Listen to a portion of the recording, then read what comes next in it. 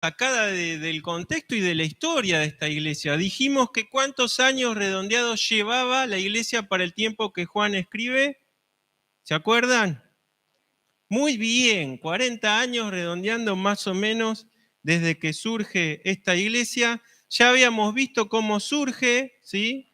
El apóstol Pablo es el que llega a Éfeso y empieza el ministerio, deja ahí a un matrimonio que era ¿quién? Muy bien, Priscila y Aquila. Después, ¿quién llega? ¿Se acuerdan que lo instruyen? Apolos, muy bien. Y Pablo se había tenido que ir rápido porque tenía que ir a Jerusalén, pero en su tercer viaje, gran parte de ese viaje tercero y último que él hace misionero, antes de su prisión, va a visitar a la iglesia en Éfeso y se queda más o menos por 3 años ahí, ministrando en esa iglesia. Yo le pasé a la hacker Luciana unas fotos, si se pueden proyectar.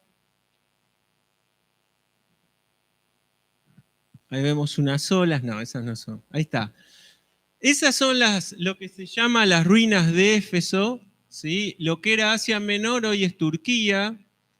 Y ustedes ven, por ejemplo, empieza todo ahí en el 1, donde está el 1 era donde estaba el puerto, en esa zona. Y de allí caminaban todas calles esas empedradas que ven ahí, y se dirigían a los distintos lugares. Ahí el 2, por ejemplo, tienen el teatro, que es donde vimos que se arma el tumulto, ¿se acuerdan? Cuando dicen, grande es quién, Diana, y lo llevan ahí. Ese teatro tenía capacidad para más o menos 50.000 personas. Ahora vamos a ver unas fotos.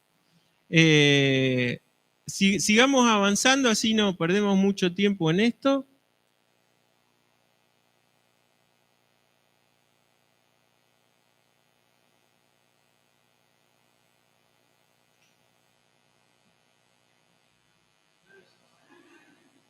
El 9 son los baños, sí. Ahora vamos a ver. ¿Se acuerdan que les conté cómo eran los baños? Era interesante porque era un lugar de social, ¿eh? Bueno, ese es el teatro, ¿ven? Miren qué grande. Inmenso, ¿eh? Ahí es donde se discutían todas las cosas de la ciudad y donde se debatían los temas. Acuérdense que Éfeso, si bien estaba dentro del imperio, era una ciudad libre, tenía su jurisdicción, siempre y cuando no tenga Roma que intervenir. No había tampoco ejércitos romanos ahí, o sea que gozaban de importante libertad, entre comillas, y también de prosperidad económica. Seguimos. Bueno, esa es una de las calles principales. Ven que todavía se conservan. Impresionante, ¿no? A pesar del tiempo que pasó, como todavía esa calle iba todo derecho hasta el puerto, ¿sí? Hoy el puerto de Éfeso no existe más, es un pantano con juncos, porque el río que pasa por ahí depositaba muchos sedimentos y era costoso mantener, había que dragarlo, y una de las cosas por la que Éfeso pierde importancia a lo largo de la historia es porque se dejó ese puerto y se tomó otro alternativo y Éfeso termina la zona del puerto como un pantano, ¿sí? Seguimos, bueno, ahí está el teatro también visto desde otra proyección. Fíjense, ahí se ve la calle, ¿ven? Una de las calles, y ahí se ve el teatro, grandísimo. Seguimos. Bueno, ¿qué son esos? Los baños, interesante, ¿no? Fíjense una cosa ahí.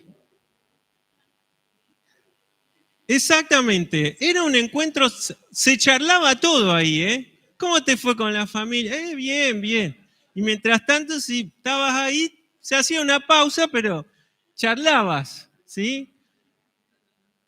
Algo interesante acá. Fíjense que tenía un agujero ahí y otro abajo, ¿sí? Y hay una canaletita ahí de agua, ¿ven? Acá. La otra canaleta estaba abajo de ese agujero, ¿sí? El agua se llevaba obviamente ¿no? Ahí se ve el agujero, ¿ven? Claro. No, no eran inclusivos porque eran solo para hombres. Había algunos baños que eran para mujeres, pero las mujeres por lo general hacían en vasijas que eran destinadas para eso. Cuando Pablo habla que hay instrumentos de honra y otros no, se refiere a las vasijas donde se depositaban los excrementos. Esa canaleta también circulaba agua continuamente. ¿Para qué servía? Bueno, tenían, porque ustedes dicen, hacían sus cosas y después que salían así, no. Tenían un palo con un hisopo que pasaban por ahí y el agujero de abajo servía para meter el palito con el hisopo y ahí se higienizaban, ¿eh? Ojo. Eh, en algunos lugares más chiquitos tenían una batea donde ese hisopo se metía y era agua con sal o con vinagre, ¿sí? Era lo que se conocía en el momento. Obviamente era un foco infeccioso, nosotros lo sabemos. Pero ojo, está más higiénico que muchos baños que he conocido, ¿sí? Y era importante porque esos eran también lugares donde se transmitía información. Eran como los periódicos de la época. Acuérdense que los encuentros, estos lugares, se hablaría del Evangelio también.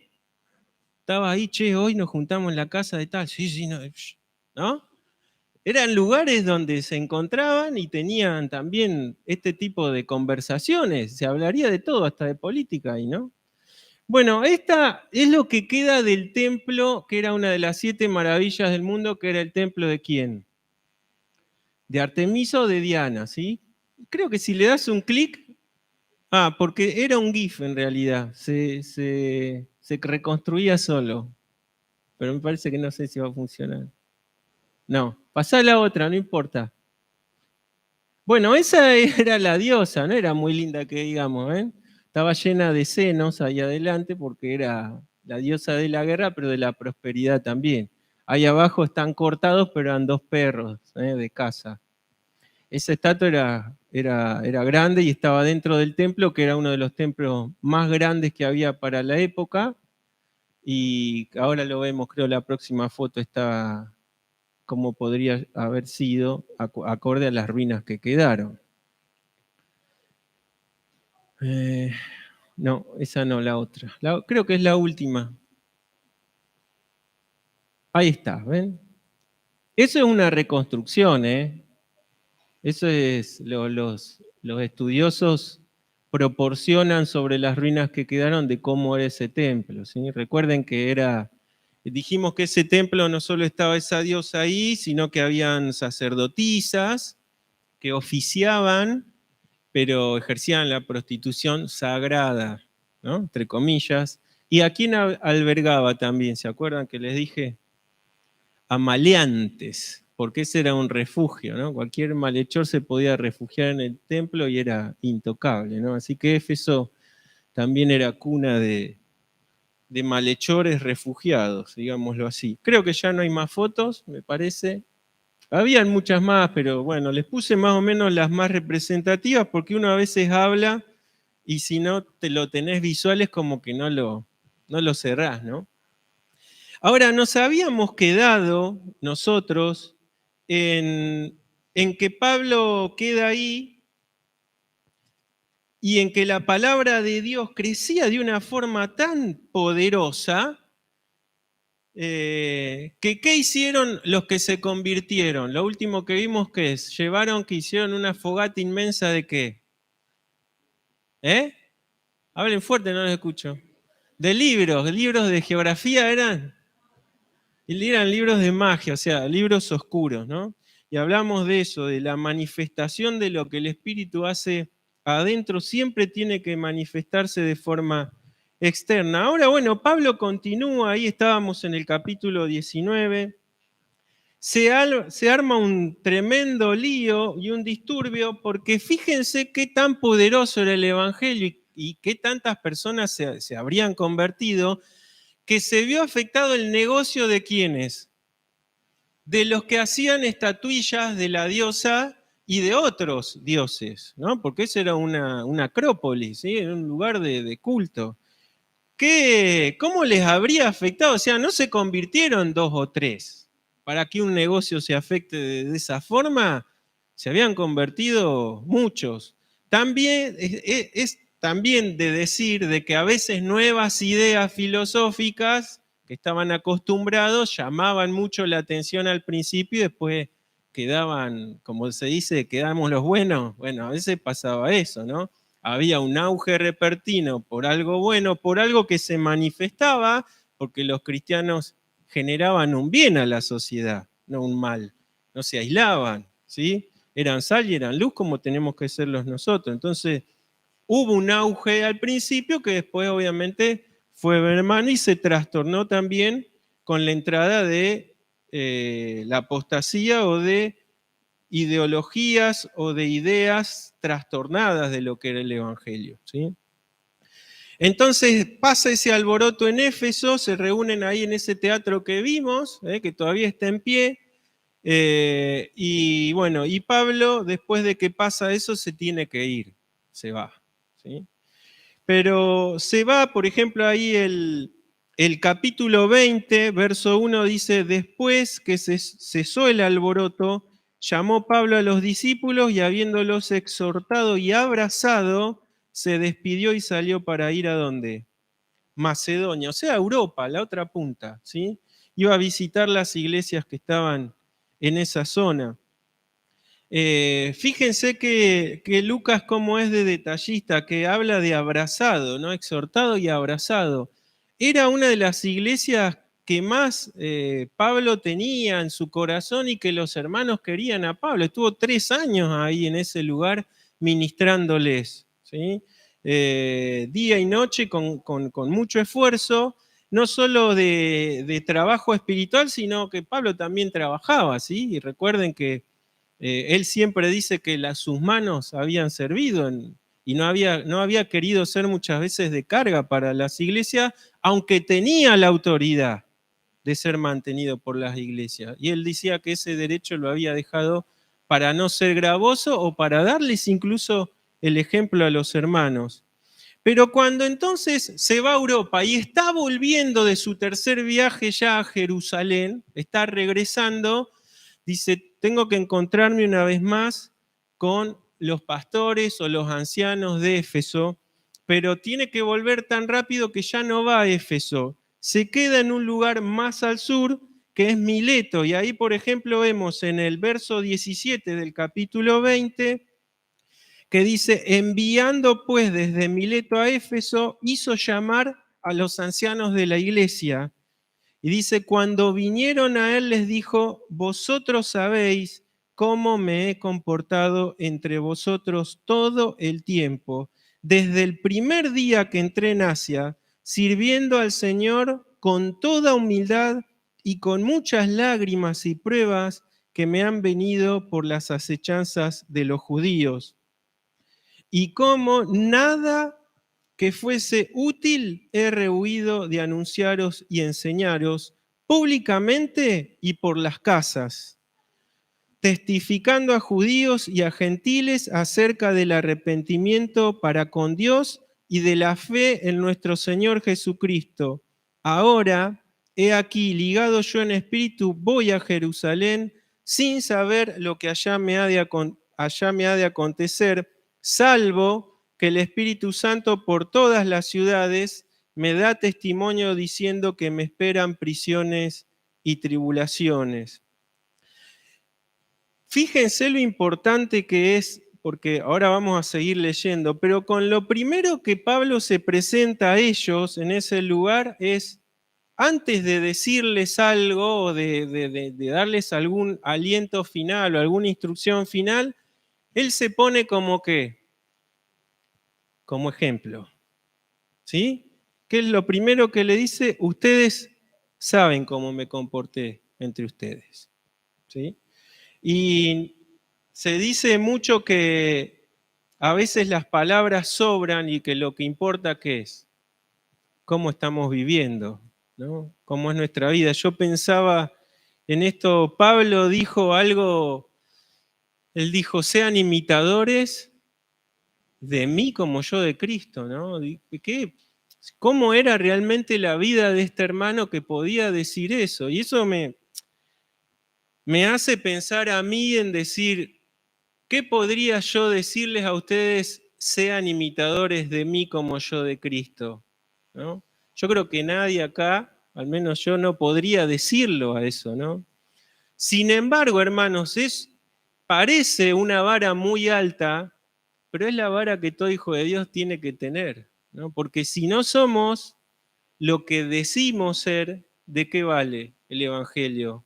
Es pisoteado realmente, ¿no? Y tristemente vemos cómo se tira por el piso cuando se habla de los evangélicos y es justamente por el ejemplo, el mal ejemplo que han dado personas que se decían ser cristianas, ¿no? Y quizás no puedas decir, sean imitadores de mí, pero quizá haya algo en que sí, ¿no? Es decir, ¿qué hay en mí que los demás puedan imitar? Por lo menos tenemos que empezar con algo, porque si no hay nada que los demás puedan ver en mí que pueda ser digno de imitar, sobre todo cuando veo atrás quizás los años que hace que vengo a la iglesia, ¿no? Y eso es lo que Pablo dice acá. Ustedes van a decir, bueno, sí, pero era para los ancianos de Éfeso. Sí, hermanos, pero el mensaje de Dios, la palabra de Dios, es para todos sus hijos, ¿sí? Es cierto que los ancianos tienen mayor responsabilidad delante de Dios. Ahora vamos a ver un poquito de eso, pero nosotros somos responsables individuales, cada cual morirá por su pecado, ¿sí? Delante de Dios cada cual tiene una vida que Dios ve. No solo el domingo, que parecemos muy buenos cristianos, sino el lunes, martes, todos los días, ¿no? Pensar en esto también me hacía pedirle ayuda al Señor, decir, ayúdame a que pueda tener algo de decir de que en esto puedan los demás ver a Cristo reflejado en mí, ¿no? Y es una palabra para cada uno de nosotros, hermanos, que podamos anhelar ser como Cristo en nuestra vida, que los demás puedan ver en nosotros el carácter de Cristo, decir, che, mirá, la verdad me gustaría tener esto que tiene el hermano, hacer esto, ¿no? Es un trabajo, a veces vemos las cosas como muy elevadas, pero si solamente nos resignamos, vamos a ser cristianos mediocres toda la vida, ¿eh? En cambio, si nos ponemos metas en la vida cristiana, todos los años miraremos para atrás y como dijo Pablo, ¿no? He trabajado más que todos ellos, hablando de los apóstoles. Qué agrandado Pablo, pero después agrega, no yo, sino la gracia de Dios en mí. Y eso es lo que tenemos que decir nosotros también en nuestro crecimiento cristiano. Dice el 25, y ahora he aquí yo sé que ninguno de vosotros, entre quienes he pasado predicando el reino de Dios, verá más mi rostro. Por tanto, yo os protesto en el día de hoy que estoy limpio de la sangre de todos, porque no he rehuido anunciaros todo el consejo de Dios. Por tanto, mirad por vosotros y por todo el rebaño en que el Espíritu Santo os ha puesto por obispos para apacentar la iglesia del Señor, la cual Él ganó por su propia sangre. Dos cosas acá importantes, o tres. Lo primero es que Pablo no es cristianamente correcto o políticamente correcto, como se habla hoy en día. Pablo les dio todo el consejo de Dios. Todo lo que Dios había puesto en Pablo, Pablo no les ocultó nada, ¿sí? Y hablamos, de hecho, mucho, ¿no? De esto, es decir, ¿qué evangelio escuchamos hoy, no? Escuchamos el buenismo de Dios nada más, entre comillas, ¿no? Porque Dios es bueno, es amor en su totalidad, pero ¿qué faceta de Dios vemos? O a veces, como les mandé, algunos recibieron el videíto, ¿no? de la clase del domingo, en el nombre del amor, porque, a ver, que Dios sea amor no significa que tolera todos los tipos de amor. El amor entre una pareja homosexual no lo tolera el Señor, ¿eh? Y con esa mentira se está empezando a filtrar doctrinas erróneas y tolerancia en la iglesia.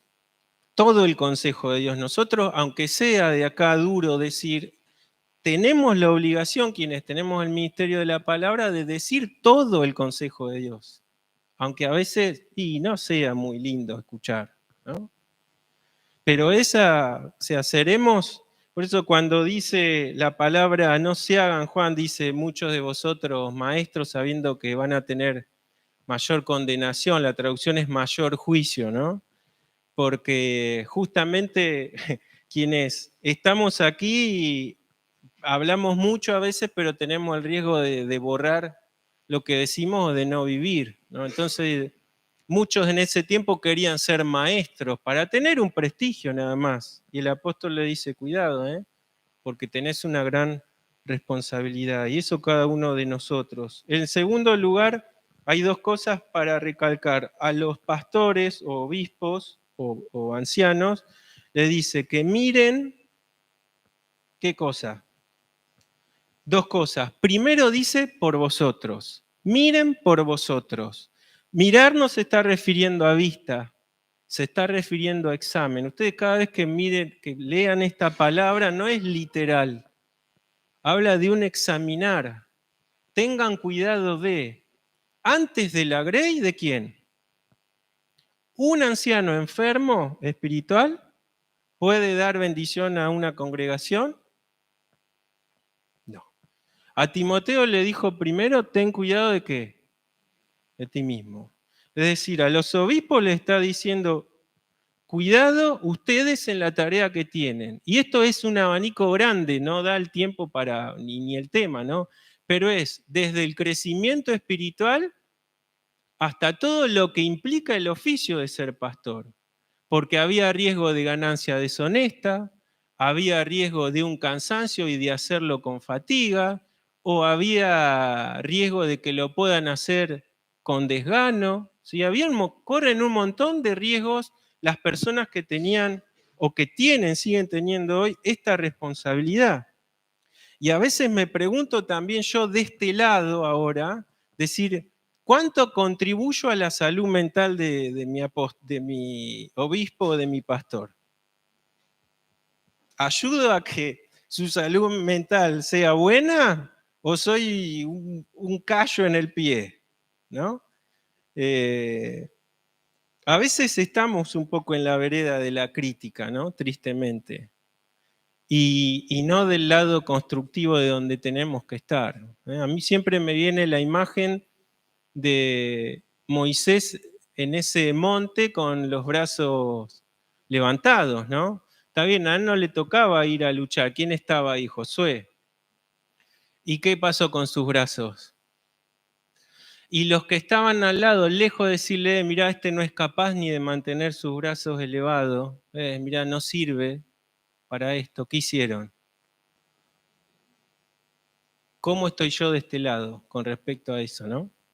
¿Estoy en la posición de crítica o estoy en la posición de sujetar, de sostener los brazos? Es un llamado a la reflexión y es importante que nosotros podamos velar también por la salud de nuestros pastores, nuestros ancianos, y en este caso, hagámoslo puntual, de Adrián, ¿no? Y ojo, siempre hablamos por el pastor siempre o por el anciano, es por el pastor y oramos por su esposa también, porque los dos son una carne y los dolores de cabeza que tiene uno los tiene el otro, ¿no? La mujer es un sostén importantísimo en la obra. Una persona no puede ser pastor o anciano si la mujer no lo acompaña en ese ministerio. Nuestra oración tiene que estar abocada siempre a los dos, para que Dios dé sabiduría, sostenga, les dé paciencia para soportarme a mí, y tantas cosas. Ahora, una vez que ellos velan por ellos, ¿qué tienen que hacer? Consecuentemente, velar por nosotros, ¿no? ¿Y qué es lo que, bueno, ahora vamos a ver algunas cosas, pero dice para apacentar. La palabra es llevar a qué? ¿A buenos qué? A buenos pastos, ¿sí? Porque hay pastos que son tóxicos para las ovejas. El pastor reconoce que pastos son tóxicos y tiene la obligación de llevar al rebaño a buenos pastos, ¿sí? El 29, porque yo sé, ¿qué dice? Que después de mi partida entrarán en medio de vosotros lobos rapaces. No entran conejitos, ni ositos, ni nada, no. Entran lobos y son lobos rapaces. ¿Qué dice? No perdonarán al rebaño. Y por eso Pablo quiere tener ese encuentro con esos pastores de Éfeso. Porque sabe, porque el Espíritu le revelaba a él cosas que a los demás no. Y le dice, yo sé que me voy de acá, estuve 3 años con ustedes, pero yo me voy y yo sé que se van a levantar lobos que van a atacar sin piedad el rebaño. Pero no termina ahí. Dice el 30, y de vosotros mismos, ¿qué dice? Se levantarán hombres que hablen cosas perversas para arrastrar tras sí a los discípulos. Por tanto, velad, ¿sí? Estén despiertos, acordándoos que por 3 años de noche y de día no he cesado de amonestar con lágrimas a cada uno. Y ahora, hermanos, os encomiendo a Dios y a la palabra de su gracia que tiene poder para sobreedificaros y daros herencia con todos los santificados.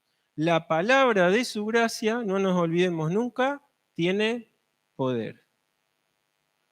Y en esto nos apoyamos. Por eso decimos siempre que la autoridad suprema en la iglesia no es una persona, es la palabra de Dios. Y contra esto nosotros debemos contrastar todo lo que pasa, no solo en el mundo, sino los problemas que puedan surgir dentro de una congregación.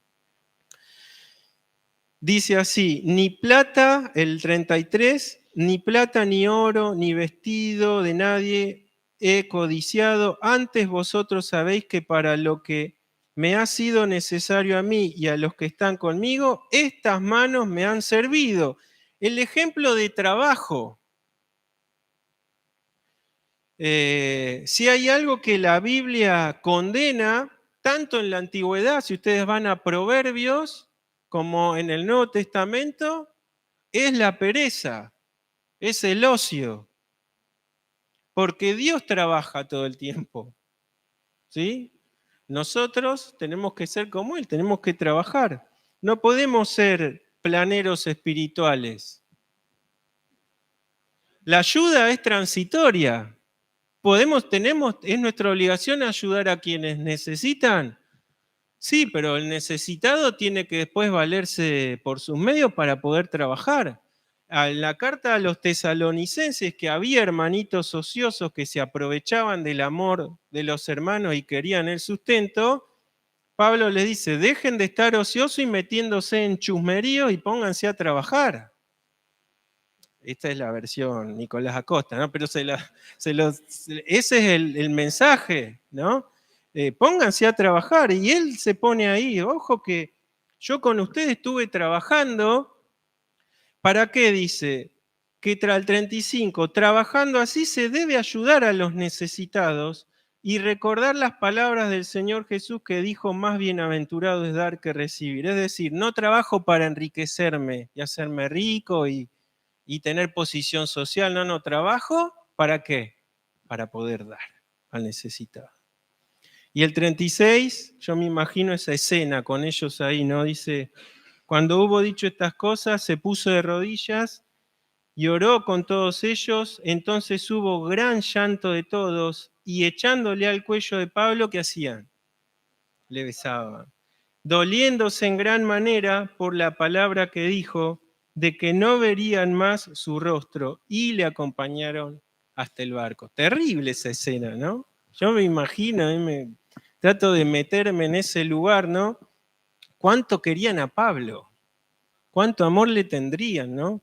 Y saber que quizá era la última vez que lo iban a ver les traía tristeza, ¿no? Y por eso Pablo quiso encontrarse con estos ancianos de Éfeso para darle quizá las últimas palabras porque no sabía qué le iba a pasar. El Espíritu solo le decía que habían aflicciones y pruebas, pero no sabía qué iba a pasar.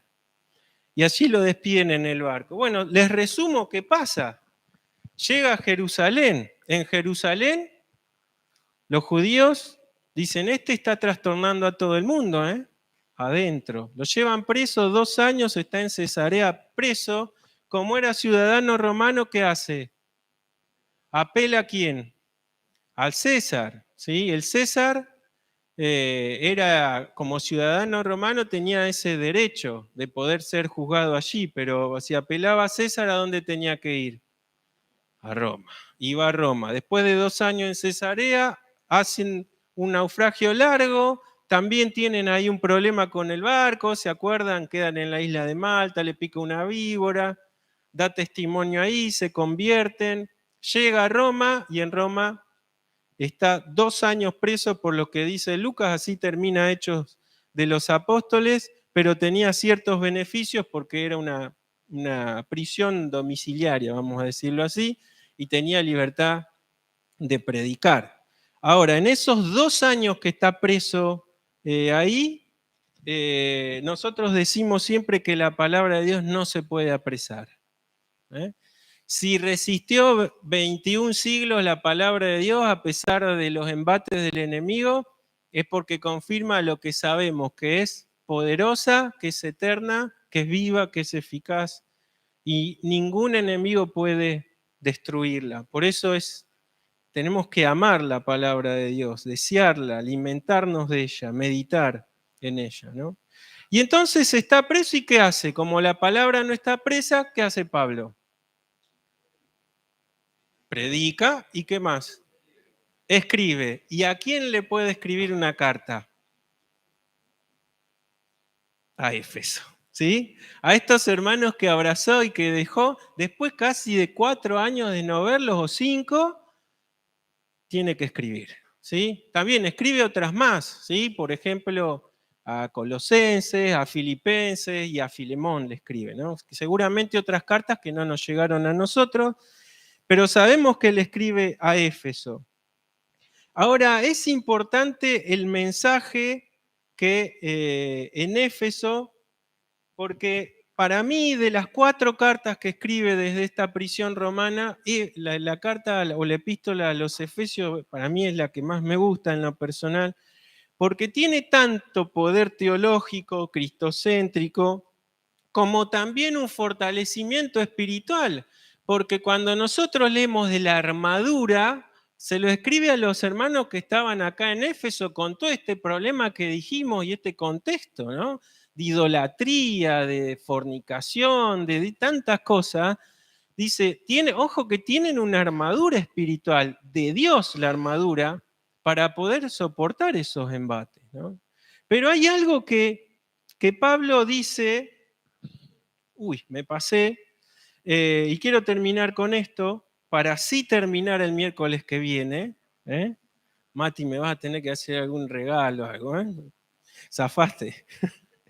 Dice el capítulo 1, verso 15, fíjense, estuvo separado de ellos como 5 años, porque estuvo preso, dijimos, 2 años en Cesarea, más los meses de viaje, más todo eso, y los 2 años en Roma son más o menos 5 años. Entonces, él les dice, por esta causa también yo, habiendo oído de qué, de vuestra fe en el Señor y de vuestro amor para con todos los santos, no ceso de dar gracias por vosotros, haciendo memoria de vosotros en mis oraciones, para que el Dios de nuestro Señor Jesucristo, el Padre de gloria, os dé espíritu de sabiduría y de revelación en el conocimiento de Él. ¿Qué era lo que esta iglesia mantenía como una llama? Que es lo que, aún él estando preso, porque acuérdense que estaba preso, pero le llegaban noticias de todas las iglesias, ¿no? ¿Qué escuchó que la iglesia en Éfeso tenía?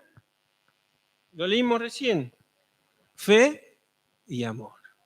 ¿Sí? Fe y amor. Quedémonos con esto para después ver qué pasó después de 40 años en esta iglesia, ¿no? Pero, como decía una canción vieja, que no se apague el fuego, que no se apague el fuego. Que pueda ser, hagámoslo como iglesia, ¿no? Que puedan oír de esta iglesia, que es una iglesia que tiene fe y amor, pero que puedan también de nosotros poder ver esto, ¿no? tal hermano, que nos vengan a qué hermano, qué amor que tiene tal hermano, qué fe que tiene, ¿no? Que los demás, aunque pueda ser locura la palabra de Dios, puedan ver en nosotros una carta leída de vida. Que la palabra del Señor pueda ser bendición en cada uno de nosotros, hermanos, y que podamos meditar en ella y que podamos ser, como el apóstol dijo, ¿no? He mostrado a ustedes lo que realmente he predicado, ¿no? Que no solo sea un evangelio de labios, sino que sea una vida de entrega al Señor.